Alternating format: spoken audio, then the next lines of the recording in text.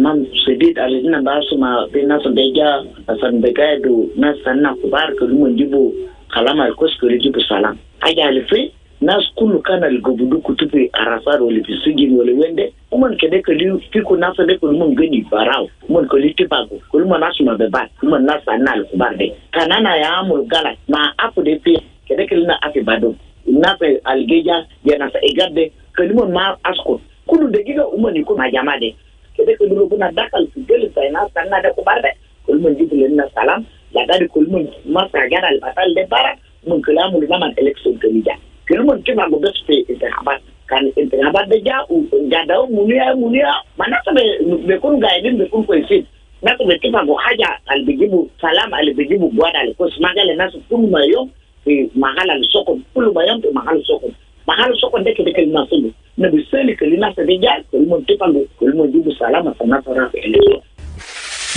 Sounds of the Week on iRadio, your eye on South Sudan.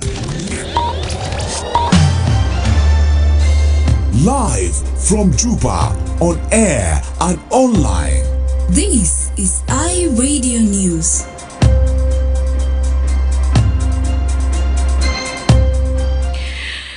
Hello, this is iRadio 1 o'clock news. First, here are the headlines.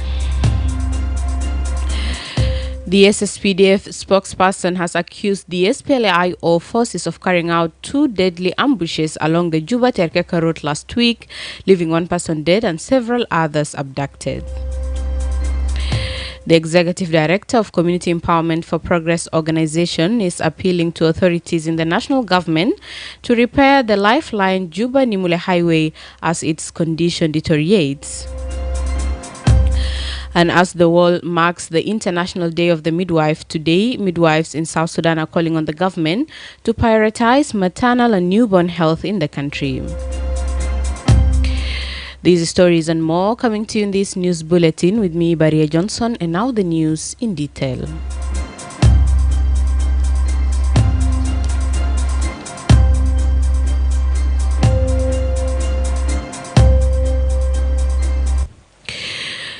The SSPDF spokesperson has accused the SPLA-IO forces of carrying out 2 deadly ambushes along the Juba-Terkeka road last week, leaving 1 person dead and several others abducted.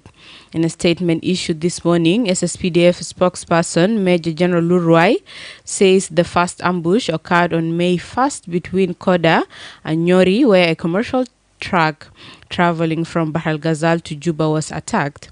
He says the vehicle was set ablaze and 1 Somali national was reportedly killed on spot. The second incident took place around 11:30 a.m. at the same location, targeting a 30-ton truck heading to Gokmachar in Awil North County, Northern Bahar Ghazal State. General Lul stated that the truck with registration number SSD 545AJ and carrying commercial goods was reportedly hijacked by suspected SPLA-IO forces and driven toward an SPLA-IO base known as Bye Bye. However, the truck broke down before reaching the location, prompting the attackers to offload the cargo in a nearby bush.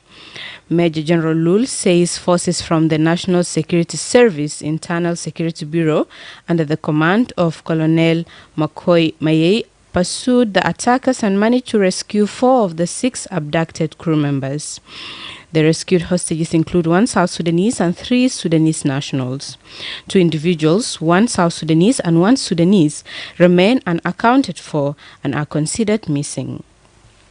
The SSPDF said the rescued hostages were tortured during their 48-hour ordeal. The abductors allegedly stole 5 smartphones and personal belongings, including 4 million South Sudanese pounds, an amount equivalent to $600. Prior to issuing the statement, SSPDF spokesperson who spoke on the state media advised motorists and truck drivers to avoid traveling at night, citing increasing insecurities along the country's major highways. Major General Lul urged all truckers and transport operators to cease movement after 5 a.m. and instead seek shelter at the nearest government-controlled location. on 1st of May 2025 at 11 p.m. there was this lorry left Juba for northern Bargizal. At 11, this one is the driver, Abdul Nasser, and the one on my right was the car supervisor. Between Koda and Nyori at 11:30 a.m. they were stopped by SPLA IO rebels, and not being stopped just like that, they opened fire on the vehicle you are seeing here, and as a result the vehicle came to a halt. They were ordered down and led into the bush. They spent 2 days moving throughout at night, and during their ordeal, which lasted 48 hours, they were being trailed by the Internal Security Bureau, and they were able to recover. As my appeal to all truck drivers, that once it is about 6 or 5, please you spend the night at the nearest government control area. The Executive Director of Community Empowerment for Progress organization is appealing to authorities in the national government to repair the lifeline Juba-Nimule Highway as its condition deteriorates. Edmond Yakanyi described the key national trade corridor as an economic lifeline for South Sudan. Mr. Yakanyi warned that government's continued silence and inaction on the matter is risking severe economic consequences. He cautioned that delays in repairing the highway will lead to increased cost for goods and services starting next month as the route becomes increasingly difficult with onset of the rainy season. Yakani directed his appeal to President Salva Kiir, Vice Presidents for Economic and Infrastructure, called upon to act include vice presidents, including ministers of roads, bridges, finance and planning, and chief of defense forces. He extended his call to the Inspector General of Police and directors of National Security, Migration, Customs, Revenue Authority, Road Authority, and Bureau of Standards. SEPO is urging these leaders to jointly travel to Nimule by road, assess the deteriorating conditions themselves, and engage with frontline officials working at the Nimule border post. Mr. Yakani noted that while there has been some improvement in immigration services, officials continue to work in poor manual conditions with inadequate infrastructure and substandard facilities.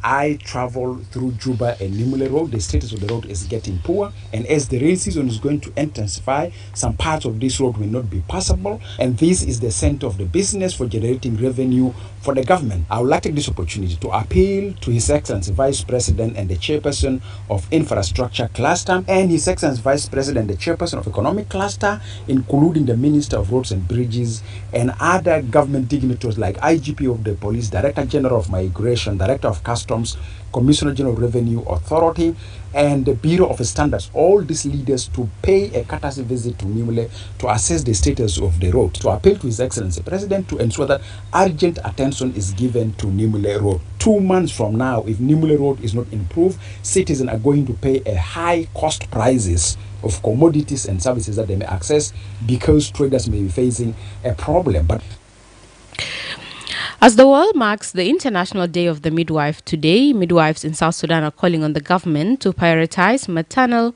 and newborn health in the country. The day, being observed under the theme Midwives Critical in Every Crisis, highlights the critical role midwives play in natural disasters, conflicts, and climate change. Registered midwife Amal Helen Lam says it is the role of South Sudan government to prioritize maternal and newborn health in policy making and practice. She urged the need for the government to consistently invest in training, safety, and deployment of midwives. Meanwhile, Helen appealed to South Sudanese communities to trust and cooperate with the midwives. She made the remarks on the Zone 72 Youth Program over the weekend. To the government of South Sudan, we urge you to prioritize maternal and newborn health in both policy and practice. To our communities, your trust gives us strength and your cooperation is vital. We are need consistent investment in training, safety, and supplies. Let us all stand together for every mother's, every newborns, and every life that depends on our care. So the future of South Sudan depends on the health of its mothers and children. Another registered midwife, Nariak Maruel, reiterated calls on the government to invest more on the healthcare system in the country. And the government of South Sudan for giving us the care and the opportunity, but we need also more support as a healthcare system in South Sudan. We need the government and our partners to invest more and more on us. According to the World Health Organization, South Sudan reports one of the highest maternal mortality rates globally, with 1,223 maternal deaths for every 100,000 live births. For newborns, the burden is equally severe, with 40 deaths per 1,000 live births and a stillbirth rate of 26 per 1,000. You are listening to iRadio Afternoon News. Some members of the public have commended the government for improving media environment in South Sudan, citing the recently released World Press Freedom Index, ranking South Sudan better than Kenya and Uganda. South Sudan took the 109th place in the 2025 World Press Freedom Index, up from 136 last year, with Reporters Without Borders crediting the improvement to fewer attacks on the media.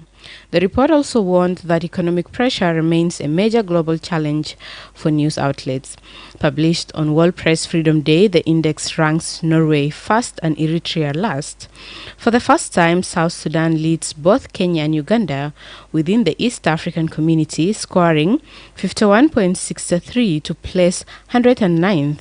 Kenya follows at 117, Uganda at 143, while Ethiopia 145, Sudan 156, and Egypt 170 remain further behind. According to Reporters Without Borders, while the jump in rankings is being hailed as a positive sign, reactions from South Sudanese journalists remain mixed. It stated that some see the improvement as a reflection of fewer incidents of arrest and detention compared to previous years. However, others caution that core challenges remain unresolved. The report also highlighted the difficulty of conducting nationwide media assessments due to ongoing conflict and lack of reliable data. This has made it challenging to evaluate the full scope of the country's media environment and public access to information. Commenting on the report, some members of the public said the improvement of South Sudan's position demonstrates better media environment in the country. They say this should also be a wake-up call for the government to improve the security situation in the country. They spoke on iRadio's Dawn Show this morning. معناه وده الحريه انه لازم الفريدوم ده بتاع الصحافه ده يا بعكس انه الدوله ماشيه كيف.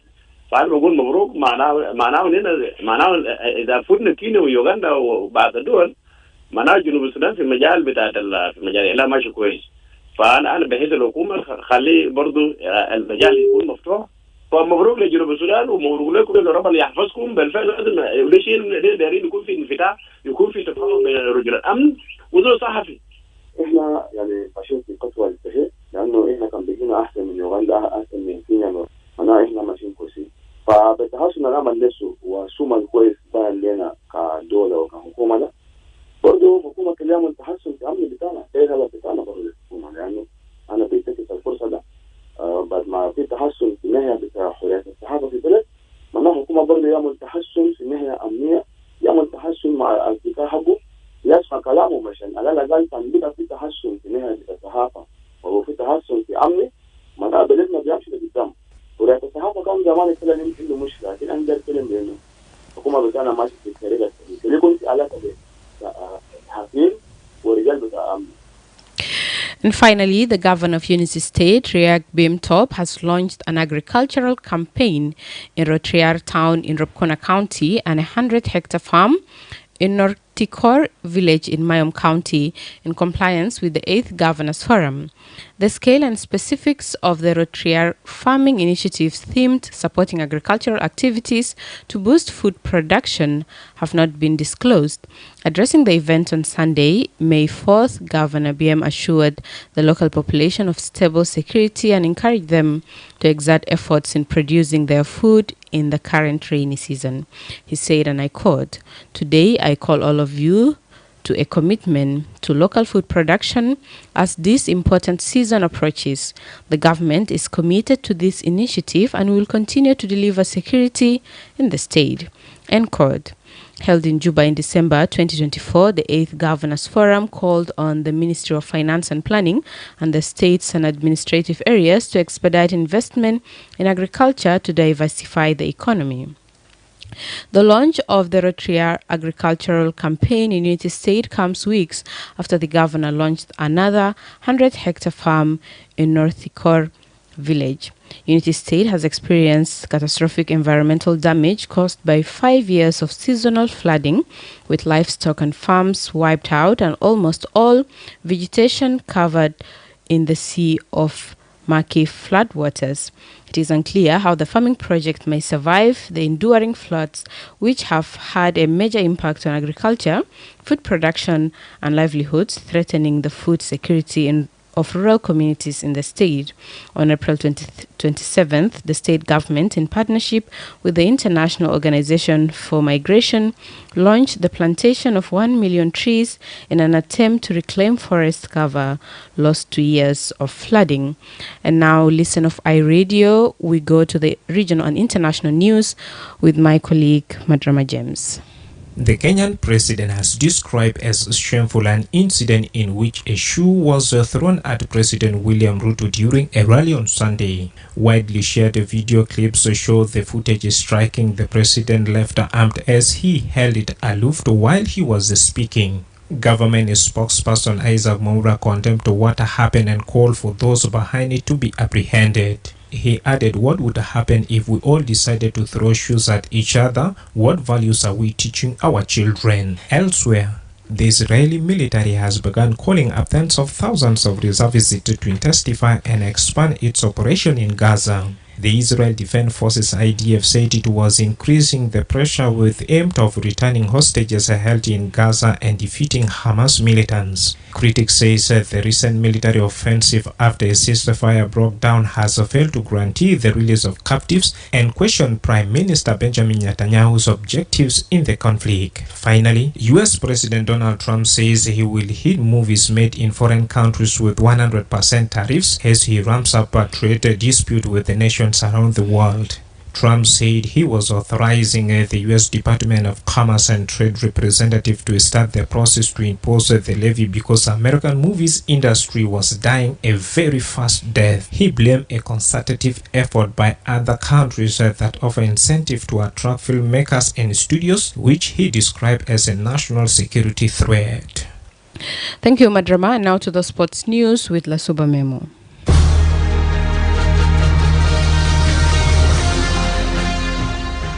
Thanks, Baria Johnson in World of Sports. Let's begin at home. In the latest action from the South Sudan Premier League, Al Hilal WOW secured a 2-1 victory over Young Star, climbing to 7th place in the standings with 28 points. The defeat was a major blow for Young Star, who now fall to second last on the table with 13 points, further deepening their relegation troubles. In another fixture, Koryambor and Bentiu City played a 2-2 draw in a tightly contested match. The draw moved Koryambor to 9th place with 27 points, still holding 5 games in hand, giving them a strong chance to climb further. Bentiu City also gained a valuable point, lifting them to 12th place, now tied on 13 points. In today's matches, Almeric Bentiu, currently 34 points with 5 postponed matches, will take on Yei Hunter, who sit 11th with 14 points. Almeric will be aiming to capitalize on their games in hand to challenge the top of the table. In today's second match, Jammu is currently in second place with 45 points from 17 matches are set to play as they look to keep their title hopes alive, with the league scheduled to conclude at the end of this month. In NBA, Stephen Curry said the Golden State Warriors had to dig deep to beat the Houston Rockets 103-89 in the deciding game of their Western Conference first round playoff series. The Warriors led the best of 7 series 3-1 before the Rockets pulled level at 3-3 going into the final game in Houston. Curry scored 14 of his 22 points in the fourth quarter, while teammate Buddy Hield sank 9 3-pointers in his game-high count of 33 as the pair helped the Warriors set up a Western Conference semi-final against the Minnesota Timberwolves. Former 100-meter world champion Fred Curley says he will clear his name after being arrested for what he described as a misunderstanding. Curley, 29, was reported to have been arrested for allegedly punching his former girlfriend and fellow athlete Alicia Johnson in the face. The two-time Olympic medalist has acknowledged there was a physical altercation, but denied there was the reason for his arrest in Miami last Thursday. The alleged altercation occurred at a hotel in Diana Beach before Curley had been scheduled to compete in Miami at the second Grand Slam tracking meeting, which started on Friday. That's all in the world of sports. Back to you, Baria Johnson.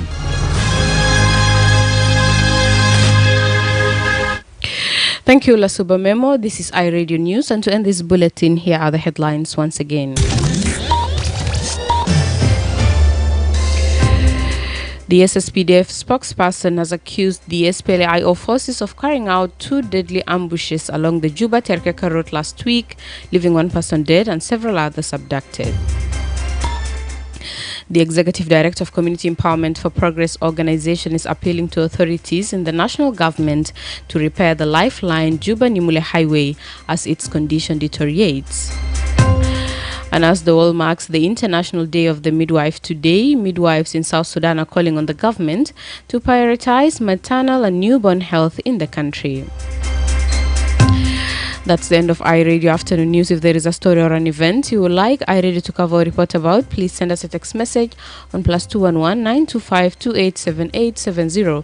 It's also our WhatsApp number. Follow us on X at iRadio Juba, like our Facebook page, iRadio. Subscribe to our YouTube channel at iRadio South Sudan. You can also visit our website and listen to us online at www.iradio.org.